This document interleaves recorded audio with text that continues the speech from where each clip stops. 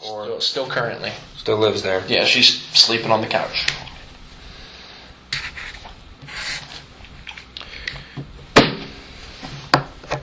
Ninth and the 10th of June. Correct, yes, sir. So both of them can say that the child, They saw the child the 9th and the 10th. Correct.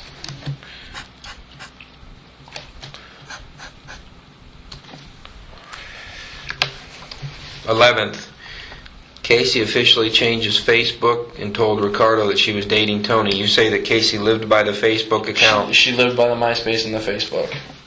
Her life was reported on there. So she probably confided with Amy, I would imagine, during this couple of day period that was fixing to happen, huh? I would make sense. They were basically sharing almost everything with one another at that point. Okay. You said Troy was in Washington, D.C. from the 11th to the 18th. Correct. So he wasn't part of the little collective group. Correct.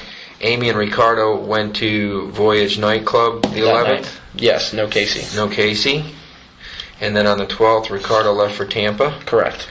Casey had a trip on the 13th. Casey had a trip planned for Jacksonville with Amy, when she said her dad had a stroke. She told Amy that her dad had a miniature stroke and that she had to go to the hospital. She also called Ricardo and told Ricardo the same story. On the 14th, being Saturday, then no one had any contact with her at all. No, sir. Okay. So now everybody thinks Dad had a stroke. Correct. On the 15th, being Sunday, Amy talked to Cassie about her living situation. That was the house thing. Tell me in depth about the house thing. And this is something that Casey had told me previously too. She had told me that her mother was getting a condo. Her parents were most likely getting divorced, and then her mother, Cindy Anthony, was signing the home over into Casey's name, and Casey was going to get Amy as a roommate. I don't remember exactly when they started. I don't recall the exact time when she told me that, but at this point it had dragged on for a little while. Amy had even had a change of address form put in and had mail being sent to the house on Hope Spring Drive. And at this point, Casey was just telling her that her dad still had to work on stuff, and doesn't know when she's going to be able to move in. And then told her, and I don't know the exact time, told her, well, my parents are not. My mom's not moving out anymore. They are getting a divorce, and Mom wants me out of the house.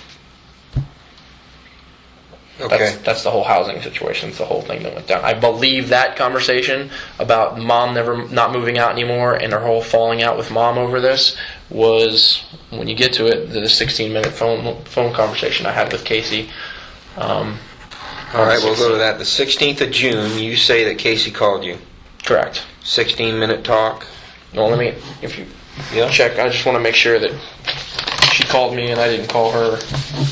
I believe she called me.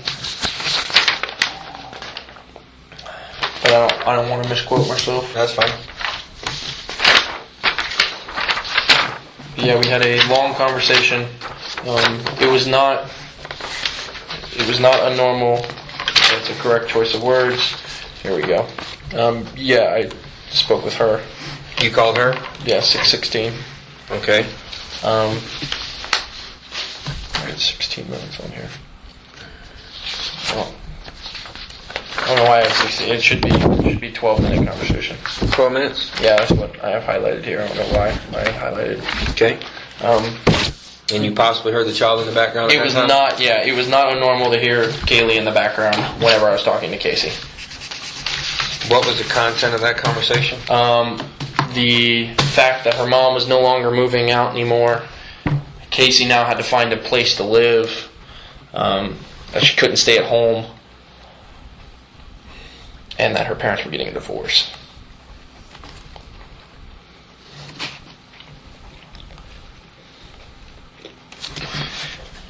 All right. And you have, from the 17th through the 23rd, none of your friends, you or any of your friends, can account for where Casey or the child are. Correct. No idea. It was almost as if she fell off the face of the planet. And you believe she's possibly staying with Tony, Correct. the new boyfriend. All indications point and that she was with Tony for that period of time. Tony Okay. Lazaro. June 24th, pretty significant day in your life. Correct. We know why. We don't have to pick that scab, but Okay. that's why you remember that this conversation occurred that day, because you guys talked about that. Correct. Okay. She call you or you call her? I called her. Okay. And you provide your phone number again. 407-462-9293. And you didn't know where she was. No idea where she was. Okay, but you definitely Heard Caylee in the background. Whenever Casey got on the phone, Caylee immediately wanted attention. She wanted the attention on her whenever her mother was on the phone, and wanted to talk on the phone. But I remember Casey specifically telling Caylee in the background, stop doing that, no. And then I heard Caylee, gibberish in the background, and then she told Caylee to get off the table. Told her to sit down. I remember hearing Did that. she yell out specifically. her name or just an order? Caylee, no, stop. No. That was exactly how it sounded. Okay. Get off the table, Caylee. Sit down. Mom's on the phone. So that's exactly how. And that's the 24th of June. Correct.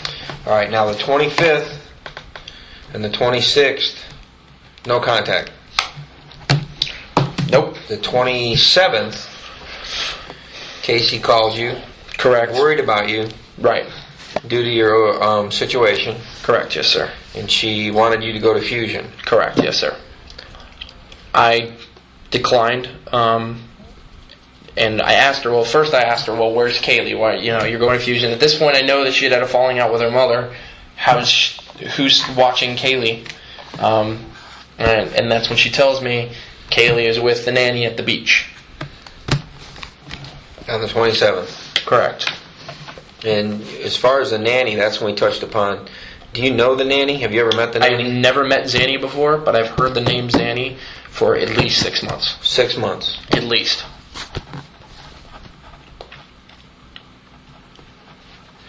And did she tell you anything about Zanny that would help us ID who Zanny is? Absolutely not. I didn't know anything about Zanny. No descriptions. I just knew the name.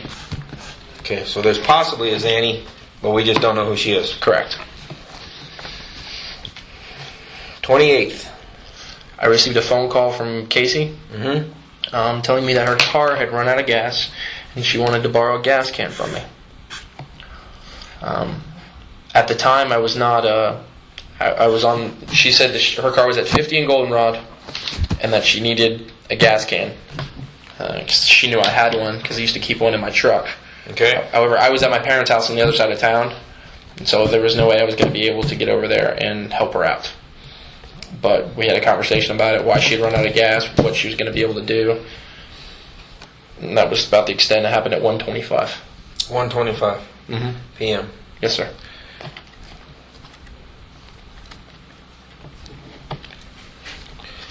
Later on, did you ever find out who came and got her out of the situation? According to what I understand, Tony Lazaro came and picked her up. How do you understand that? That is what Amy told me. And I do remember Casey saying something about Tony coming to get her, but I can't remember specifically. Tony picked her up. Yeah. All right. 29th, you have listed in your timeline, because through your own investigation there, the car's at Amscott. Correct, yes, sir. At Goldenrod at 50? Yes, sir. The 30th you have listed on your calendar. Can't help but notice the car was towed by Johnson's, but you don't know what time? Correct, no, sir. All right. And then that's the same day that Tony Lazario left for New York, you indicate, and he had a flight at 9:58 Yes, a.m.? sir. Yes, sir. Amy had told you that Casey actually came to visit her about 9 o'clock in the morning in the Jeep? Yes, sir. Tony's Jeep? Yes, sir.